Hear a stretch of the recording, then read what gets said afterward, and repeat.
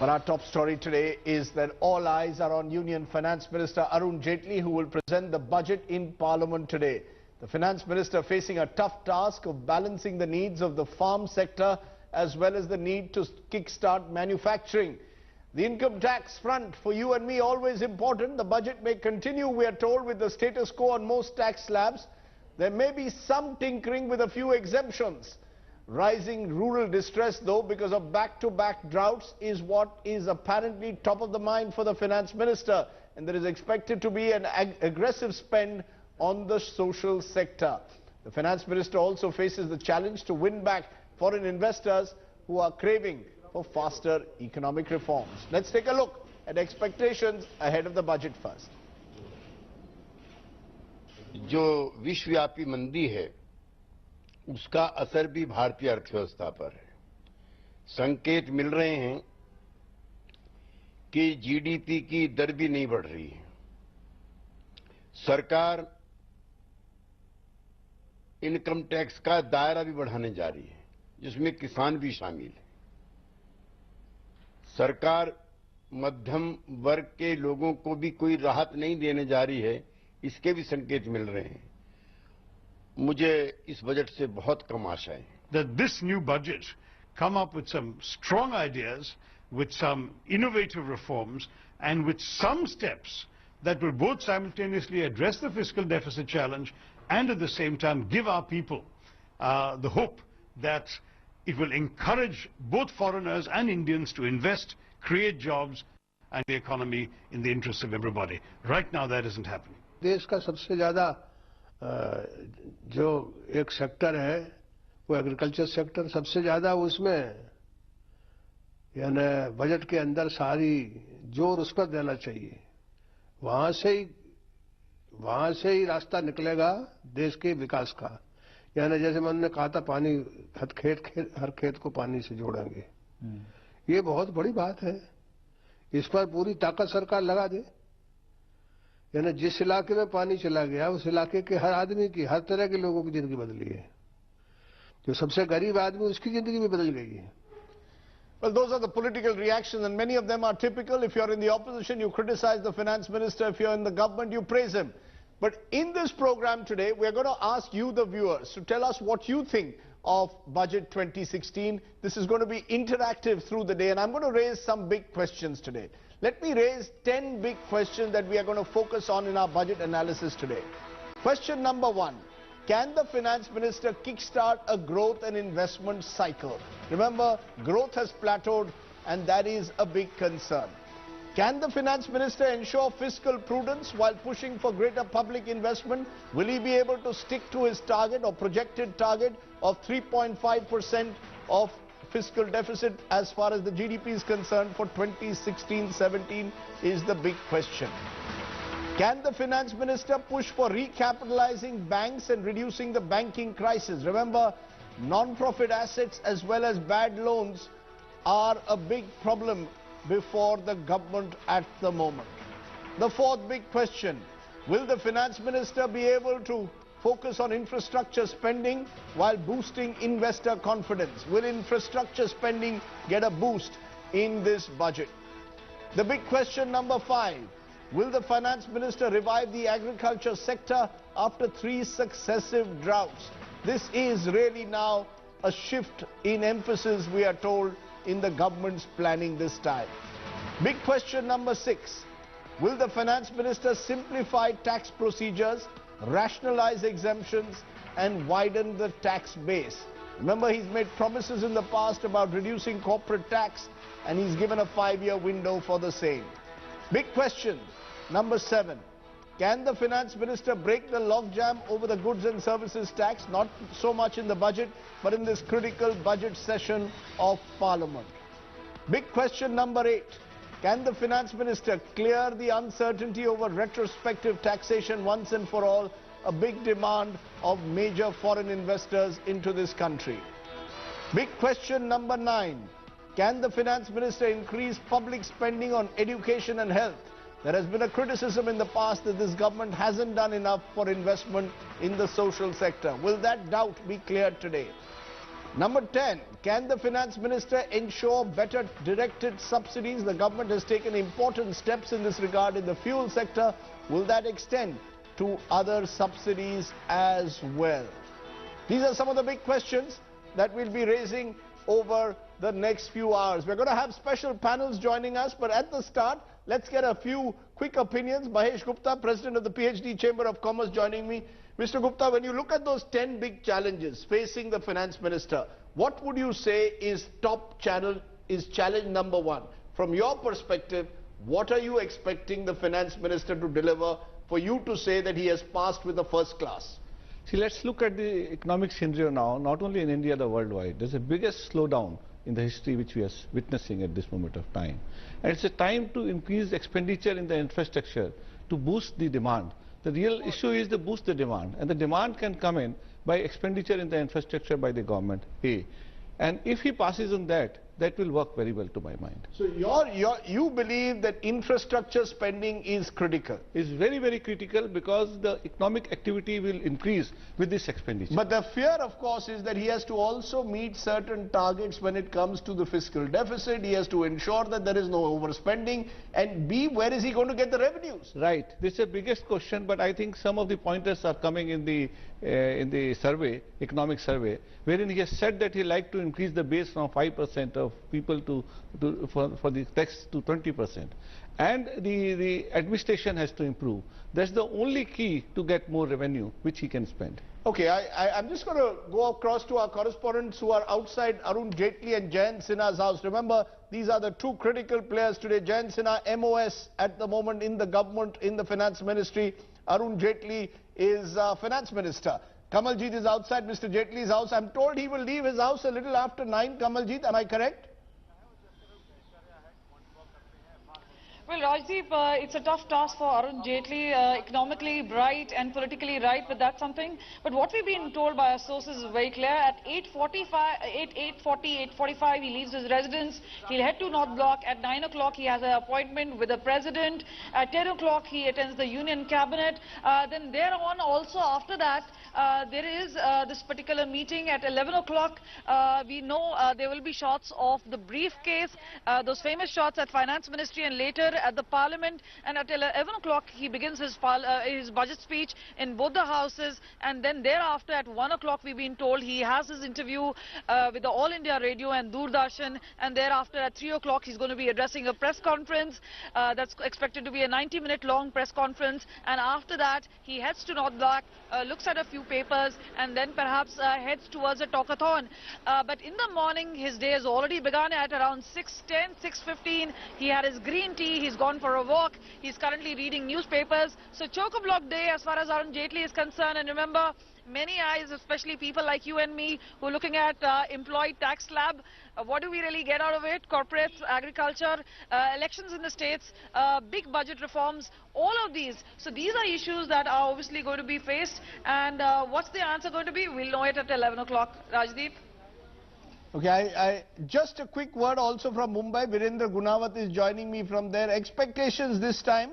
Make or break budget is the way we are pitching it, Virendra. Is there a sense, particularly at Dalal Street, in the markets and generally among investors in Mumbai, that this is the critical budget? They've been disappointed in the past, in 2014 and 2015. What is it that they are expecting? Is there a sense that this is the make or break budget for Mr. Jaitley? Rajdeep, the number says that in year 2016, in last 2 months, almost 16,000 crore amount has been taken away by the financial institution investor, and we all know that entire stock market is completely dependable on the money flowing inside by foreign investors. So definitely it's a make or break budget, and in fact this is the first time there's a high level of negative expectation from finance minister. In fact, let me quote one of the senior stock analysts saying that it's been a long wait for Achhe Din. If budget failed to deliver on expectation, tide may turn against the government. So we might expect numbers might be in negative zone if the budget doesn't meet the investors' requirement. And the most important part, the corporate taxes has to be reduced. There should be a boost of consumption where the money would be coming. The FDI number should be increased at least by $2 to $3 billion in this entire year after the budget. That's the expectation. Money to the banks. The banks' recapitalization is a very crucial issue. This is the first time with the banking sector in last 25 years is desperately waiting for the budget numbers, because this is a bad time for the banks. NPAs are growing. The liquidity deficit is around 1.8 lakh crore. That's huge. So definitely it's a lot of pressure would come on RBI. So the investors are nowhere on the Dalal Street. The investor has to be there, and the tax limitation would play a bigger role, because if the money is more in the pockets of the investor, they would definitely invest in mutual fund, in some other stocks, in even their personal bonding. So definitely a very crucial budget. We need to see whether this time it will be the same disappointment or maybe some good colors. But we'll wait and see. We'll wait and see what it is. I was in Mumbai last week and I was told that there were those who wanted Raghuram Rajan to become the country's finance minister. Is there a sense, Mr. Gupta, that Mr. Jaitley in the past, in 2014 and 2015, hasn't really delivered? That is why we are positioning this as make or break, that you want much more from the finance minister. There's even talk in Mumbai that Raghuram Rajan could take over as finance minister after the elections in May. Is there a sense that this is Mr. Jaitley's moment of truth? Well, I won't comment on Mr. Raghuram Rajan or Mr. Jaitley who is better. That's not my view. But we certainly know the economy requires some reforms at this moment of time. And they must come in right now. So it's not about incrementalism. This is now about major big ticket reforms that you're talking about. Particularly in the banking sector, you're looking to see recapitalization of banks. You cannot have a situation with these large NPAs and bad loans across the banking sector. Well, to me, the point is, how do you increase revenue at this moment of time? We all know there is a parallel economy in this country. Unless you can tap that parallel economy and bring in the money which you require in the system, it won't happen. I am very keen to know how is going to increase the base from 5% to 20%. The economic survey says so. The tax base from 5% to 20%. That's what the survey says. The survey says that, but it's going to be very difficult for him to do that. Well, I can give you a simple answer to this. Yes. Let's take out 500 and 1,000 rupees notes from the system. Today you have Jan Dhan Yojana, everybody has a bank account. Put all that money into bank, only the new notes would be issued to the people. Now you will find a huge amount of money coming into the system. Why can't government do this? Let me go to our correspondent Ashok Singhal, who's with Jayant Sinha at the moment, MOS Finance. Let's listen in. Tension तो नहीं है क्योंकि बहुत दिनों की तैयारी है और जैसे माननीय प्रधानमंत्री जी ने मन की बात में कहा कि आप ठीक से सोइए, आप अच्छा एक नाश्ता लीजिए, ध्यान करिए और जितने दिनों की आपकी तैयारी है वो जरूर सफल होगी। प्राइम मिनिस्टर पास हो जाएंगे, उन्होंने कहा था मेरी परीक्षा है, परीक्षा में पास हो पाएंगे प्राइम मिनिस्टर, ऐसा लगता है? वो तो मार्क्स आप सब लोगों को देने हैं, हमारी तरफ से सिर्फ हम मेहनत कर सकते हैं, हमने मेहनत की है, बहुत सोच विचार से ये बजट तैयार किया है, मार्क्स आप लोगों को देने होंगे। कितना दबाव रहता है बजट तैयार करते हुए, क्योंकि आम लोगों की बहुत उम्मीदें होती हैं कि उनके लिए बजट होगा, तो कितना दबाव रहा इस दौरान? मैं ये नहीं कहूंगा कि दबाव रहा है, ऐसा है कि बहुत सारे लोग हैं जो काम करते हैं, टीम वर्क होता है इसमें, सब लोगों की सलाह ली जाती है और ये कई महीनों चलता है, तो ऐसा नहीं है कि कोई दबाव है, टीम वर्क और कोलैबोरेशन है और एक किस्म का मैं कहूंगा विचित्र आनंद भी है कि हम लोग मिलजुल कर काम करके देश की सेवा कर सकते हैं। एक तरह का तो आपको लगता है कि तनाव है, या क्या लोगों की जो उम्मीदें हैं, जो उनकी आकांक्षाएं हैं, उनके ऊपर खड़ा उतरने को लेके वो रहता है कि तनाव? नहीं, आप सही कह रहे हैं कि अगर कहीं से भी टेंशन है या दबाव है, दबाव इस पे होता है कि लोगों की अपेक्षाएं आसमान पे हैं और हम लोगों को उस को लेकर सोचकर हम लोगों को काम करना पड़ता है। तो अगर टेंशन कहीं से भी होता है तो वो ये है कि एक्सपेक्टेशंस में मिसमैच ना हो। खरा उतर पाएंगे लोगों की उम्मीदों पर आप लोग? वो तो आपको पता चलेगा जब हम लोग सदन में बजट को पेश करेंगे। आम आदमी की बात की जाती है, आम आदमी का बजट कह सकते हैं इसको, आम आदमी का बजट होगा? आप मुझे बहुत सारे प्रश्न पूछ रहे हैं जिसका मैं जवाब नहीं दे सकता हूँ। जैन जी, कहा जाता है, आप घर में भी कई बात करते हैं कि वाइफ ने, पुनीता जी ने कहा कभी कि ये होना चाहिए बजट के अंदर, इस ढंग से घर का ध्यान रखना चाहिए आम महिलाओं की तरफ से। एक पर्टिकुलर आपकी वाइफ होने के नाते तो उन्होंने आम महिलाओं को रिप्रेजेंट करते हुए कि ऐसी कोई फरमाइश की है, ऐसी वो डिमांड की है कि ऐसा होना चाहिए कि महंगाई बहुत बढ़ गई है, किचन का जो सामान है बहुत महंगा हो गया, वो सस्ता होना चाहिए, ऐसा कुछ आपको सुझाव दिए? देश की सब महिलाएं मुझे कहती रहती है कि महंगाई बहुत बढ़ा हुआ है और अगर आप मेरा ट्विटर फीड वगैरह अगर आप फॉलो करते हो तो आपको मालूम होगा कि हम अक्सर खासकर हजारीबाग में जहां हमारा घर है, वहां हम लोगों से पूछते रहते हैं, बाजार में जाते रहते हैं, लोगों से बातचीत करते रहते हैं कि उनको महंगाई किस प्रकार से महसूस हो रही है। तो ये सब लोगों की अपेक्षाएं महंगाई के बारे में, खर्चे के बारे में, टैक्स के बारे में, चाहे वो खुद मैं मिलकर उनसे बात करके इस पे परिचय अपना लूं या सोशल मीडिया के माध्यम से या अखबारों के माध्यम से, ये तो पता चल ही जाता है कि लोगों की अपेक्षाएं हैं क्या। पुनीता जी ने भी कुछ कहा है, आपको सलाह दी है कुछ या फरमाइश रखी है? सलाह जो है वो बहुत जगह से आती है। देखिए आज 11 बजे पता चल जाएगा कहाँ कहाँ से क्या क्या सलाह आई है। आपके पिता भी फाइनेंस मिनिस्टर रहे हैं, उन्होंने भी कई बार बजट पेश किया, तो उनसे भी कुछ सुझाव आए हैं और सुझाव मांगे हैं आपने कि उसको अगर अच्छे सुझाव हैं तो उनको डाला जाए? नहीं, बहुत सारे ऐसे मैं कहूँगा दिग्गज लोग हैं, विशेषज्ञ हैं, जिनसे बहुत बहुत अच्छे सुझाव आए हैं, और ये हमारा दायित्व बनता है कि सबकी बातें सुने, सबके सुझाव पे ध्यान दें और जो जो अच्छे सुझाव हैं उस पर जो भी कुछ हम लोग कर सकते हैं उस पर खरे उतरें। Okay, so watermelon juice for the Minister of State for Finance, Jayant Sinha, as he was chatting there with Ashok Singhal this morning. Let me take a break at this.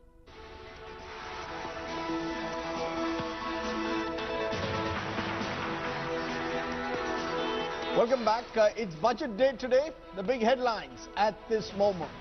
Tough task for Finance Minister Arun Jaitley. Can he please everyone? Farmers, middle class, corporates and investors. It's the make or break budget for this government at the moment. But it could also be a noisy budget day in Parliament. Opposition up in arms after sedition cases slapped against leaders including Rahul Gandhi, Sitaram Yechuri and Kejriwal. Privilege motion likely against HRD Minister Smriti Irani today as the battle over JNU and Rohit Vemula's suicide heats up. But the key, of course, is the budget itself. Middle class India will wait with bated breath.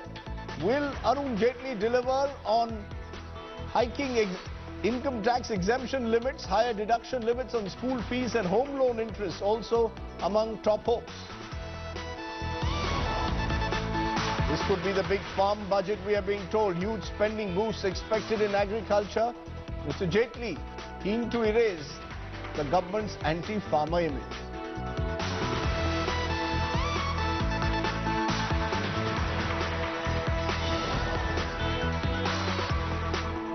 All eyes, of course, on Finance Minister Arun Jaitley, who will be presenting the budget in Parliament today. I'm joined by Sumant Sinha. Sumant is CEO and founder chairman of Renew Power. The power sector or the infrastructure sector in general is seen as critical to kickstart this growth and investment cycle. We've been saying that that is one major challenge. On the other hand, there is, of course, the challenge of ensuring that you stick to your commitments to fiscal prudence, fiscal responsibility. Is balancing this budget the big challenge before Mr. Jaitley? How does he satisfy Sumant Sinha and how does he satisfy the Kisan and also those in RBI who are insisting on fiscal responsibility? No, I think that is in fact the central question of this particular budget. Will the Finance Minister stick to the FRBM targets of 3.5% or is he likely to deviate from that?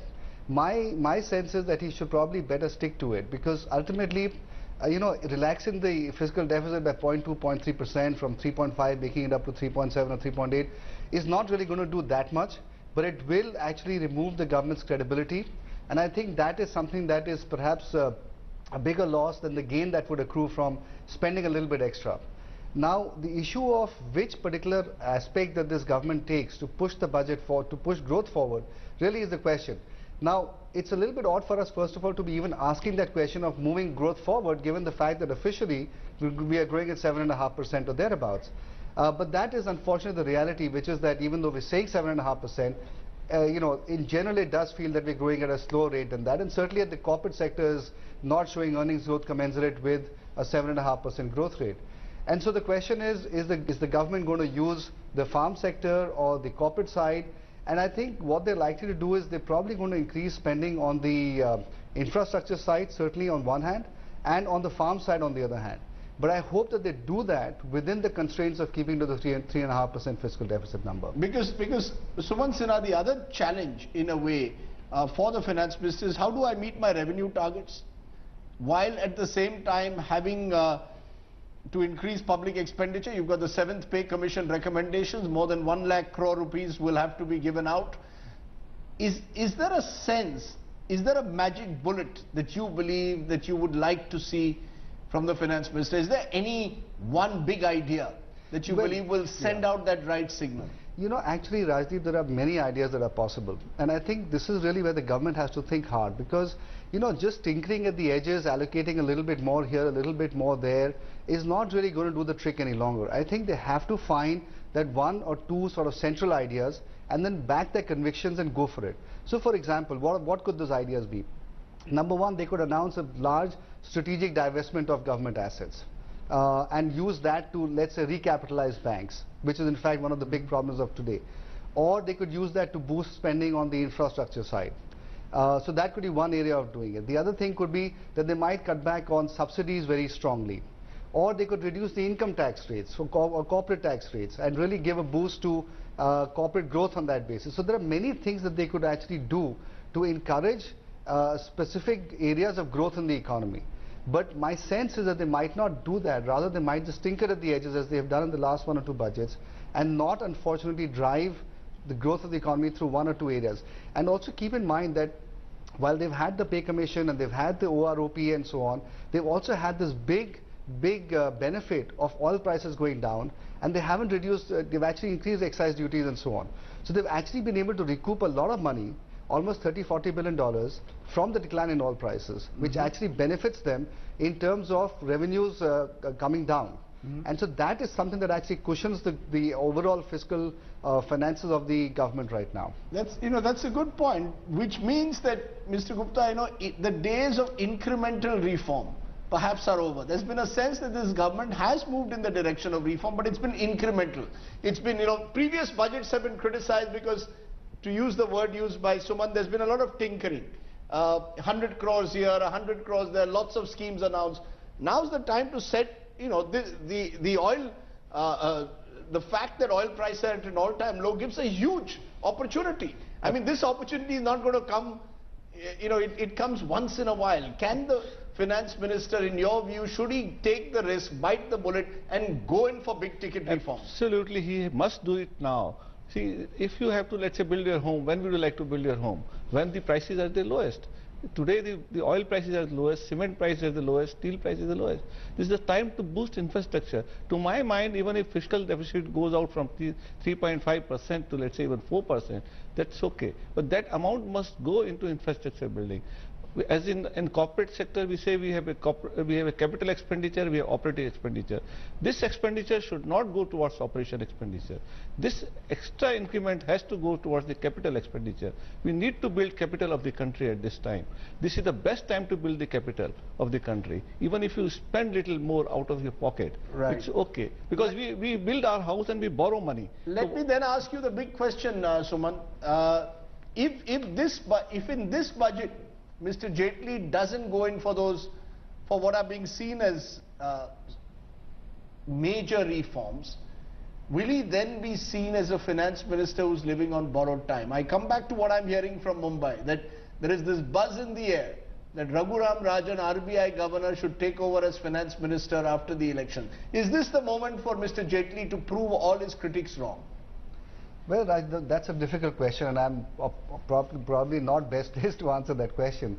But I would hope that Mr. Jaitley would do something a little bit different in this particular budget.